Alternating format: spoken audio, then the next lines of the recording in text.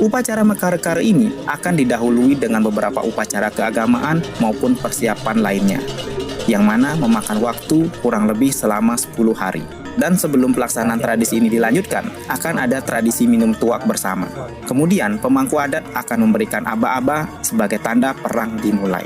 Perang ini pun dilaksanakan berpasangan, yakni 1 lawan 1. Peserta perang pun akan menari-nari, lenggak-lenggok, dan mengatur strategi untuk menyabetkan pandan berduri kepada lawannya. Tidak ada kata emosi maupun dendam, walaupun tubuhnya berdarah dan kemasukan duri pandan. Kemudian, setelah perang selesai, peserta yang terluka akan diolesi ramuan tradisional yang terbuat dari kunyit. Lalu, acara selanjutnya yakni melaksanakan sembahyang di pura dan dilaksanakan makan bersama sebagai bagian dari wujud syukur dan kebersamaan atas selesainya upacara Mekare-Kare tersebut.